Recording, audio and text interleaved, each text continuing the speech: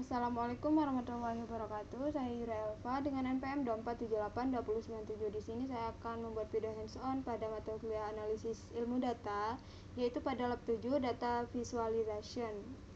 Dan datasetnya itu bernama Telco Customer Churn. Jadi tujuan umumnya itu mahasiswa mampu mengeksplorasi dan menginterpretasi data menggunakan berbagai bentuk visualisasi eksploratif, yaitu statistik dan interaktif untuk memahami pola pelanggan dan faktor penyebab churn.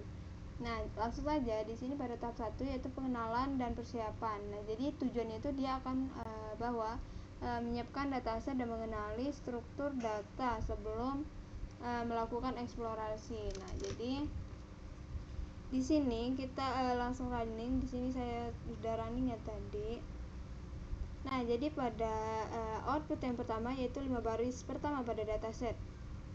Jadi dataset ini akan memuat berbagai informasi yang terkait pelanggan layanan telemokasi. Setiap barisnya itu dia akan mempresentasikan satu pelanggan yang memiliki identitas yang unik pada kolom customer ID, lalu serta atribut lainnya seperti gender, senior citizen, partner, dependent,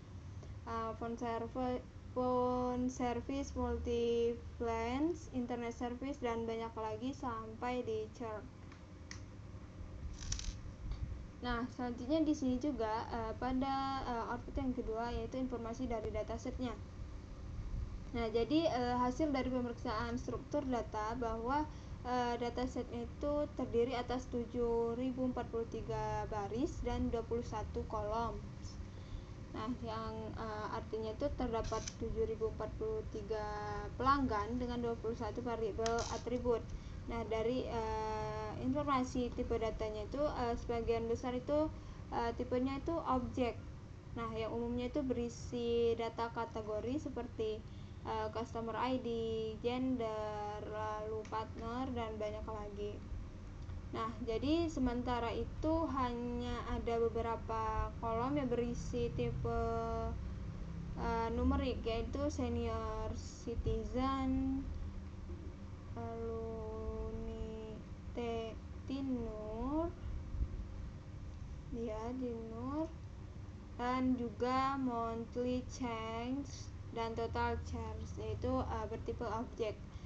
Jadi ini menarik ditemukan pada kolom total charger yang masih berjenis objek, meskipun seharusnya ini harus bernilai numerik, sehingga kemungkinan perlu dikonversi di tahap pembersihan selanjutnya.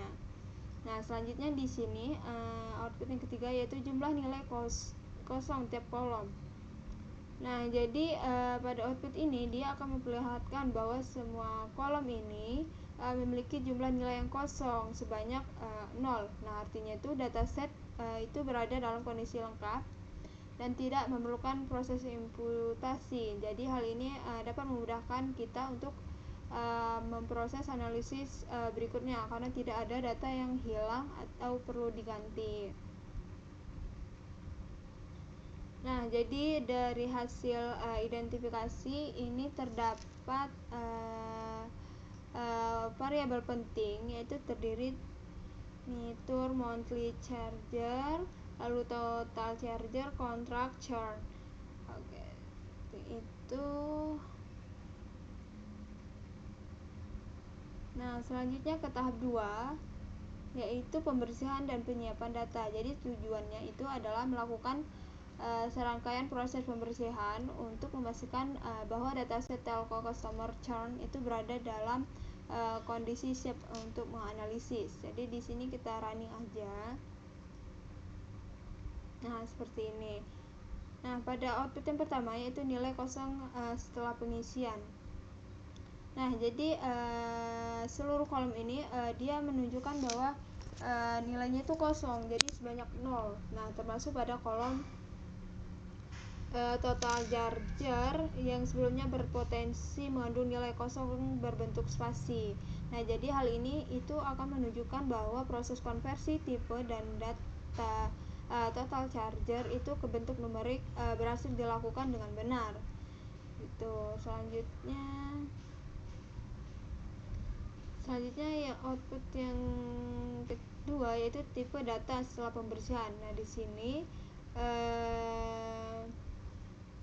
di sini bahwa kita lihat di monthly charger dan total charger ini dia sudah berubah menjadi bertipe float 64. Nah, jadi itu artinya menandakan bahwa keduanya itu dapat diproses sebagai data numerik untuk menganalisis statik dan visualisasi. Nah, jadi di sini juga terlihat dari hasil perbandingan baris sebelum dan sesudahnya.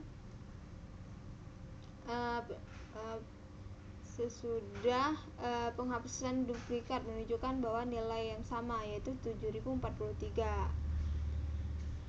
Nah, ini dia artinya bahwa tidak terdapat data ganda atau duplikat pada dataset.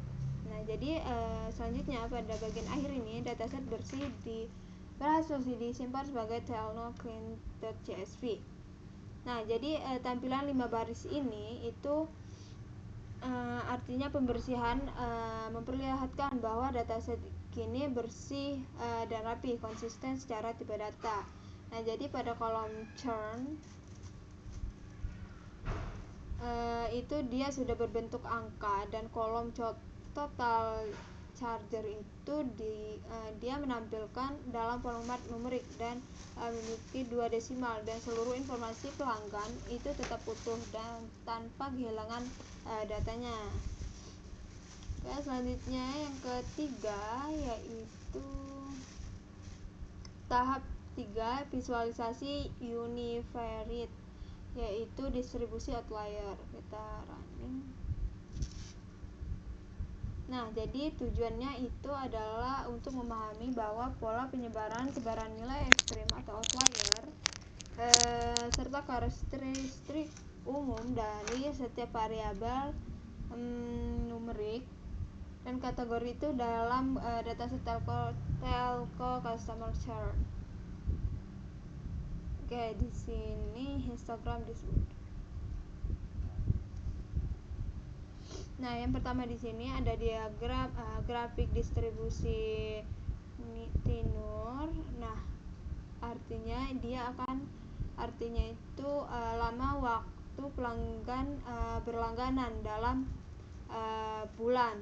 Nah, jadi pola distribusinya itu tidak merata ya di sini, dengan kontrastasi dalam 2 titik utama, yaitu pelanggan baru tetur rendah sekitar 0 sampai 5 bulan.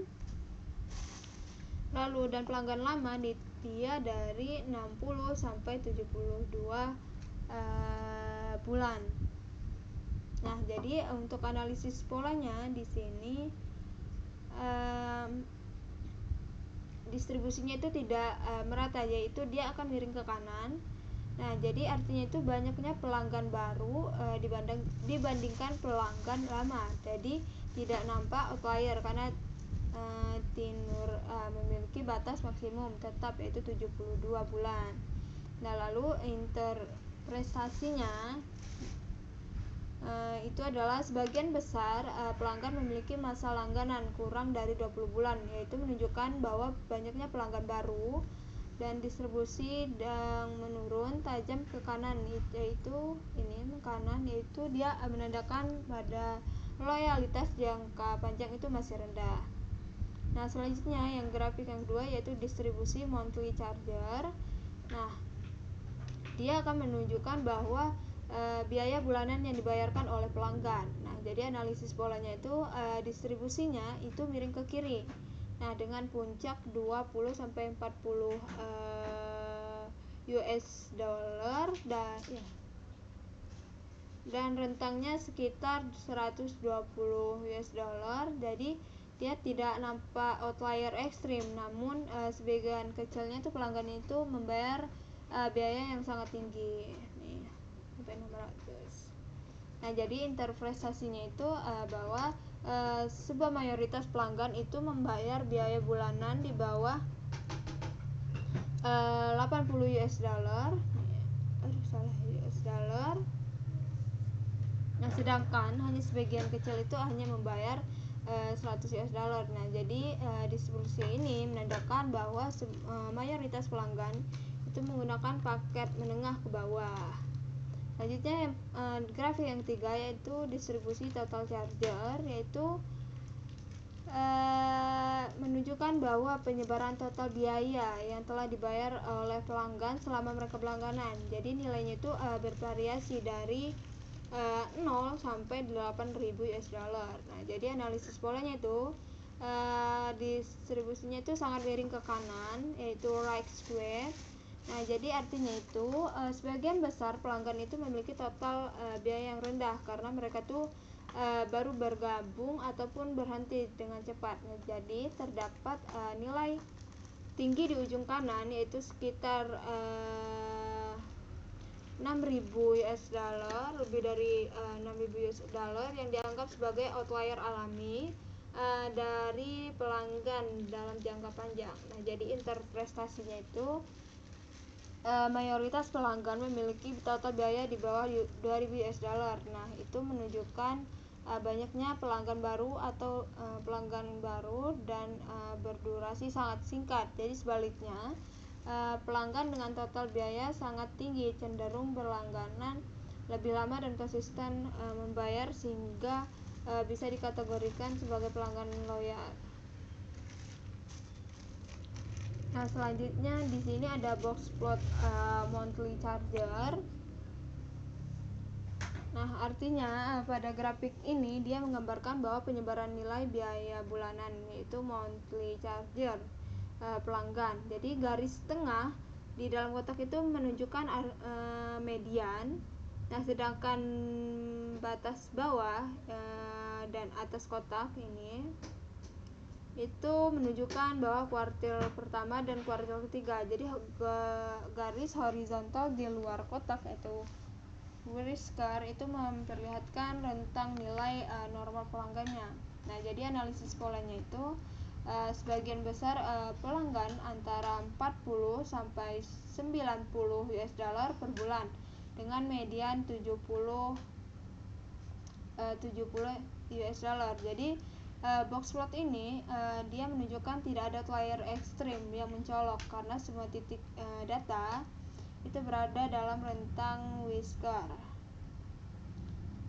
Selanjutnya untuk interpretasinya itu, jadi mayoritas pelanggan memiliki biaya bulanan menengah dengan sedikit variasi ke arah biaya. Jadi polanya itu menunjukkan bahwa paket harga menengah itu lebih populer, sementara pelanggan dengan biaya bulanan yang tinggi itu relatif lebih sedikit dan tidak ekstrim.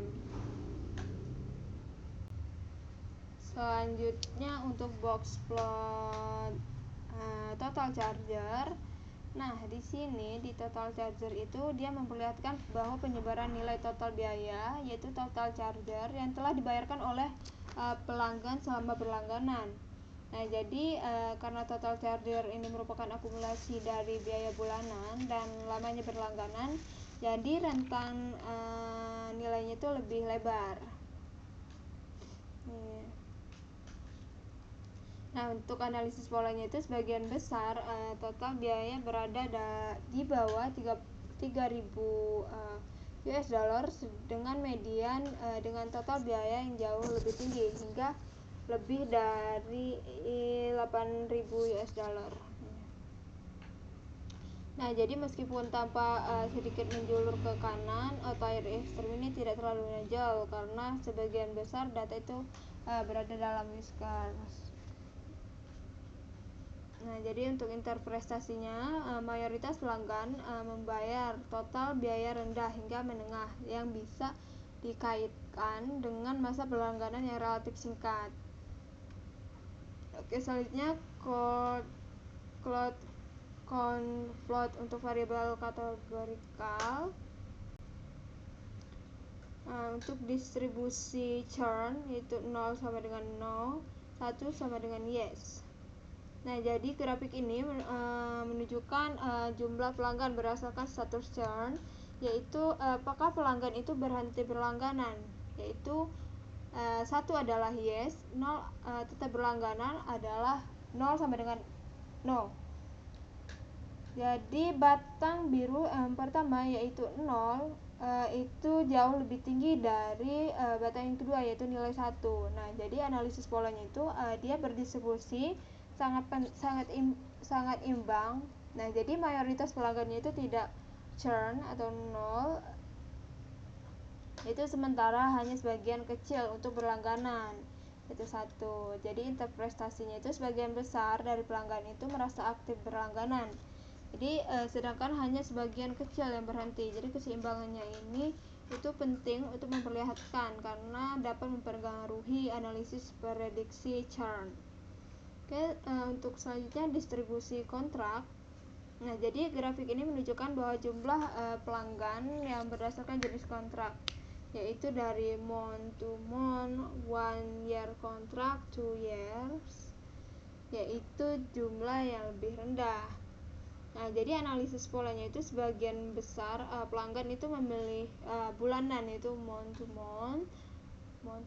month, karena fleksibilitasnya itu lebih tinggi. Nah, jadi sementara hanya sebagian kecil itu dia mengambil kontrak tahunan karena distribusinya itu menunjukkan kecenderungan pelanggan itu memilih lebih berlangganan jangka pendek, kemungkinan ingin mencoba layanan tanpa komitmen yang panjang. Interpretasinya itu jadi mayoritas pelanggan lebih menyukai sistem pembayaran bulanan dibandingkan kontrak jangka panjang. Jadi hal ini menjadi faktor risiko yang lebih tinggi karena pada pelanggan dengan kontrak bulanan itu lebih mudah memberhentikan dibandingkan mereka memiliki kontrak tahunan. Oke, selanjutnya tahap yang keempat yaitu visualisasi bivariate, yaitu hubungan dua variabel. Nah, di sini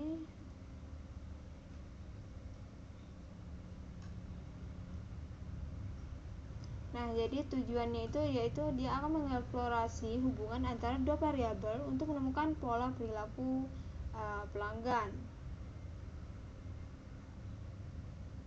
Yang pertama di sini ada scatter plot antara tenure and monthly charger berdasarkan chart. Nah, jadi pada grafik ini dia menunjukkan bahwa berhubungan antara lama berlangganan dan biaya bulanan monthly charger dengan pewarnaan berdasarkan status churn. Nah, jadi pada titik-titik biru ini churn adalah sama dengan 0, jadi mewakili pelanggan yang masih aktif, sedangkan yang orange churn 1 itu menunjukkan bahwa pelanggan sudah berhenti. Nah, jadi analisis polanya terlihat bahwa pelanggan baru yang berlangganan yaitu tenure rendah, yaitu lebih mengalami banyak churn, yaitu terutama yang memiliki biaya bulanan yang tinggi. Lalu sementara pelanggan dengan tenure tinggi yaitu pelangganan lama itu cenderung tetap setia dan jarang churn meskipun biayanya lebih bervariasi. Nah, interpretasinya itu pelanggan baru dengan biaya yang lebih rentan berhenti berlangganan. Jadi kemungkinan karena belum merasakan bahwa nilai layanan yang sepadan dengan nilai yang dikeluarkan. Jadi sebaliknya pelanggan lama cenderung loyal meski membayar biaya serupa ataupun lebih besar karena mereka sudah terbiasa dan puas dengan layanan. Nah, selanjutnya di sini untuk perbandingan biaya bulanan berdasarkan jenis kontrak.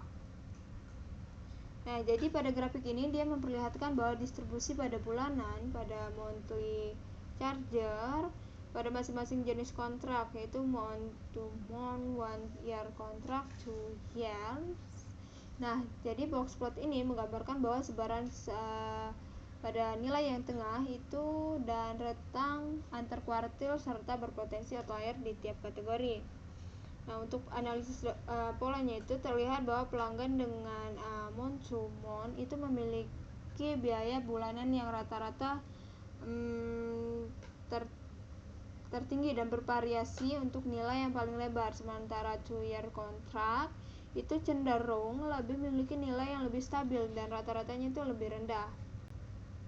Dan juga untuk 2 years ini sama, untuk biayanya lebih stabil dan rata-ratanya lebih rendah. Nah, jadi terdapat juga beberapa outlier pada month to month, menandakan adanya sebagian kecil pelanggan biaya sangat tinggi. Nah, untuk interpretasinya itu bahwa pelanggan kontrak bulan itu membayar lebih mahal dan biaya yang tidak stabil dan tidak menjadi salah satu faktor utama pada churn. Sementara itu pelanggan dengan kontrak jangka panjang itu menikmati tarif yang lebih stabil, menunjukkan intensif loyalitas dari kontrak tahunan.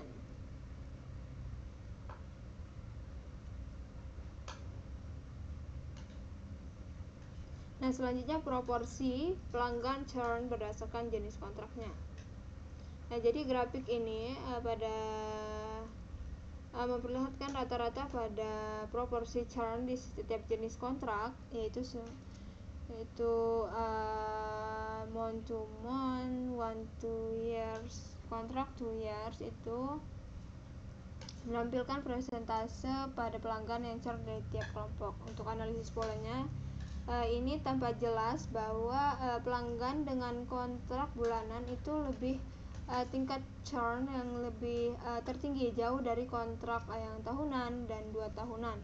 Nah, jadi sebaliknya untuk pelanggan dengan kontrak 2 tahun itu hampir tidak churn sama sekali. Itu menunjukkan bahwa tingkat loyalitasnya itu lebih tinggi. Untuk interpretasinya itu, jadi semakin panjang durasi kontrak, semakin kecil kemungkinan pelanggan berhenti berlangganan. Jadi hal ini menegaskan bahwa kontrak itu jangka lebih panjang berperan sebagai bentuk penting dalam bentuk menurunkan tingkat churn dan meningkatkan retensi pelanggan. Lalu untuk tahap yang kelima, yaitu visualisasi multivariate, yaitu hubungan banyaknya variabel. Tujuannya itu untuk menganalisis ketertarikan antara beberapa variabel sekaligus dan menemukan korelasi dan signifikan. Jalankan dulu.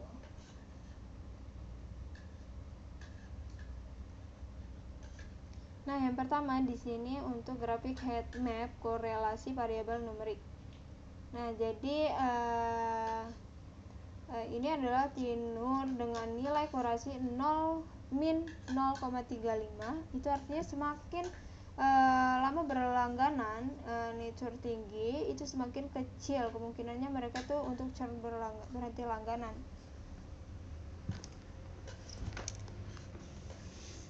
Nah, seperti monthly charger, yaitu 0,19% dengan churn, yaitu pelanggannya dengan biaya yang bulanan itu tinggi, lebih rentan dari churn. Lalu sini juga ada total charger min 2,2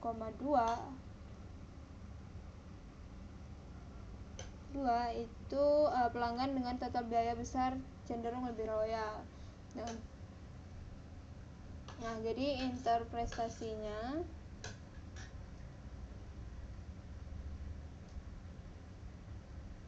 untuk interpretasinya dari heat map ini terlihat bahwa berlangganan nitrox itu memiliki hubungan yang paling kuat dengan churn yang secara negatif. Jadi pelanggan yang sudah lama berlangganan itu lebih sedikit jarang berhenti karena layanan. Sebaliknya, pelanggan dengan biaya yang bulanan yang tinggi itu sedikit lebih resiko dari churn.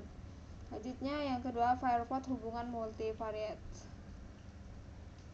Nah, jadi pada grafik ini dia menampilkan bahwa hubungan visual antara nature, monthly charger, dan total charger, yaitu perwarnaan berdasarkan charge. Nah, jadi untuk nature rendah itu pelanggan baru yang lebih sering churn, lalu monthly charger tinggi itu pelanggan dengan tagihan besar dengan mudah churn, dan Terakhir ada total charger, itu menunjukkan bahwa mereka belum lama membayar layanan. Nah, untuk interpretasinya itu dari Firefloat ini terlihat bahwa pelanggan dari churn itu umumnya memiliki masa langganan singkat dan total biaya yang rendah. Jadi pola ini menunjukkan bahwa pelanggan baru itu dengan tagihan tinggi berpotensi lebih mudah dan berhenti berlangganan. Nah, jadi pelanggan lama dengan pengeluaran besar cenderung setiap layanan. Oke, selanjutnya yang tahap yang keenam, yaitu visualisasi interaktif. Tujuannya itu menjelajahi data secara dinamis untuk menemukan insight tambahan melalui visualisasi interaktif. Kita jalankan dulu.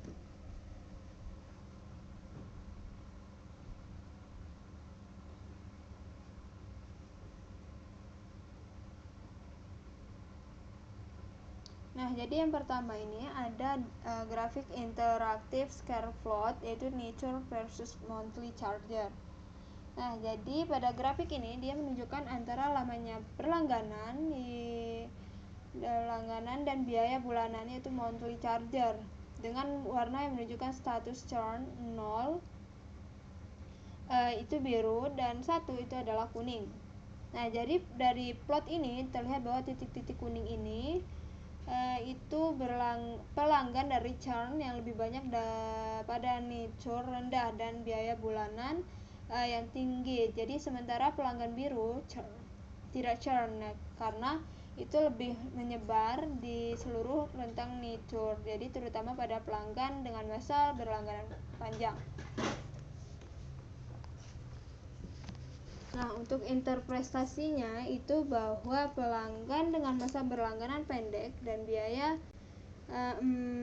bulanan tinggi tampak lebih sering berhenti berlangganan. Jadi pola ini dia menunjukkan bahwa pelanggan baru yang menghadapi biaya tinggi itu lebih cenderung churn. Sebaliknya pelanggan lama yang biaya lebih stabil itu menunjukkan loyalitas yang lebih tinggi. Nah, untuk grafik yang kedua yaitu proporsi churn berdasarkan jenis kontrak interaktif. Nah, jadi pada grafik ini dia menunjukkan bahwa rata-rata proporsi churn itu berdasarkan jenis kontrak pelanggan. Hasil bahwa pelanggan dengan kontrak bulanan month to month, lalu tingkat tinggi churnnya yaitu sekitar 40%, 0,4. Nah, sedangkan kalau kontrak tahunan 1 years dan 2 tahun itu memiliki tingkat churn yang jauh lebih rendah. Jadi untuk interpretasinya itu bahwa jenis kontrak itu berpengaruh besar terhadap tingkat churn. Jadi pelanggan dengan kontrak bulanan lebih mudah berhenti berlangganan dibandingkan pelanggan dengan kontrak jangka panjang. Jadi hal ini menunjukkan bahwa sistem kontrak itu jangka panjangnya dapat membantu mempertahankan pelanggan. Nah, yang terakhir ada sebaran biaya bulanan berdasarkan internet service. Nah, jadi pada grafik Instagram ini dia menampilkan sebaran biaya bulanan, jadi monthly chargers yang berjenis layanan internet dan status churn pelanggan. Hasilnya menunjukkan bahwa pelanggan fiber optik itu memiliki biaya bulanan yang tinggi dan menunjukkan tingkat churn yang paling besar. Lalu internet service DSL itu memiliki biaya yang menengah dengan tingkat churn yang lebih rendah. Dan terakhir internet service yaitu tidak ada layanan internet, yaitu memiliki biaya paling rendah dan memiliki mengalami churn. Jadi interpretasinya itu jenis layanan internet itu berpengaruh terhadap kecenderungan pelanggan untuk berhenti berlangganan. Nah, jadi pelanggan dengan biaya tinggi khususnya itu pengguna fiber optik itu lebih beresiko churn dibandingkan pelanggan DSL ataupun internet. Jadi hal ini menunjukkan bahwa harga layanan dan jenis internet itu menjadi faktor penting dalam mempertahankan pelanggan. Nah, di sini juga melakukan relasi Nah, untuk relevansi pada tahap 6 ini yaitu visualisasi interaktif. Ini memudahkan analisis segmen pelanggan berdasarkan kontrak dan layanan. Nah, dengan tampilan dinamis, analisis dapat lebih mudah mengidentifikasi kelompok pelanggan yang beresiko churn dan memahami faktor penyebabnya. Oke, tahap yang selanjutnya tahap 7 yaitu interpretasi dan penarikan insting, yaitu tujuannya menarik kesimpulan umum.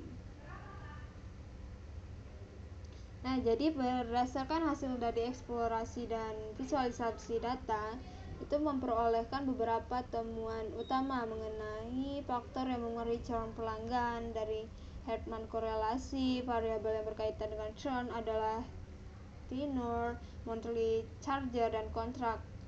Nah, jadi pelanggan dengan masa berlangganan singkat, biaya bulanan tinggi, kontrak month to month, cenderung lebih mudah berhenti berlangganan. Nah, ada juga Firefox itu menunjukkan bahwa pelanggan churn umumnya memiliki nature yang rendah dan monthly charger yang tinggi, sedangkan pelanggan non-churn itu memiliki berlangganan lebih lama dan biaya lebih stabil.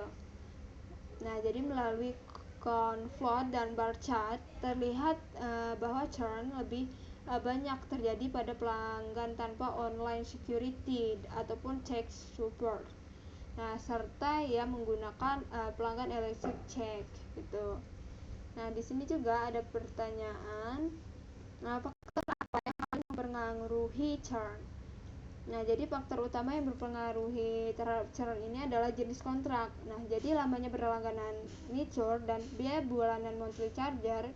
Jadi pelanggan dengan kontrak month to month itu masa berlangganannya itu pendek dan tagihannya itu lebih tinggi, cenderung dia berhenti berlangganan.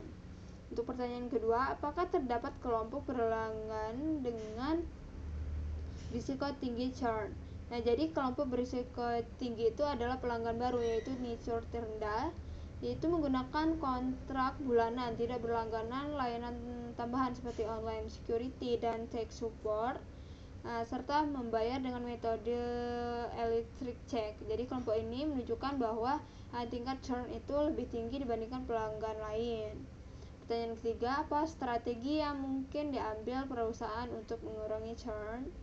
Nah, jadi perusahaan itu dapat menurunkan churn dengan menawarkan insentif ataupun diskon bagi pelanggan baru agar itu bertahan lebih lama. Jadi mempromosikan kontrak jangka panjang dengan manfaat tambahan serta meningkatkan layanan pelanggan dan keamanan online.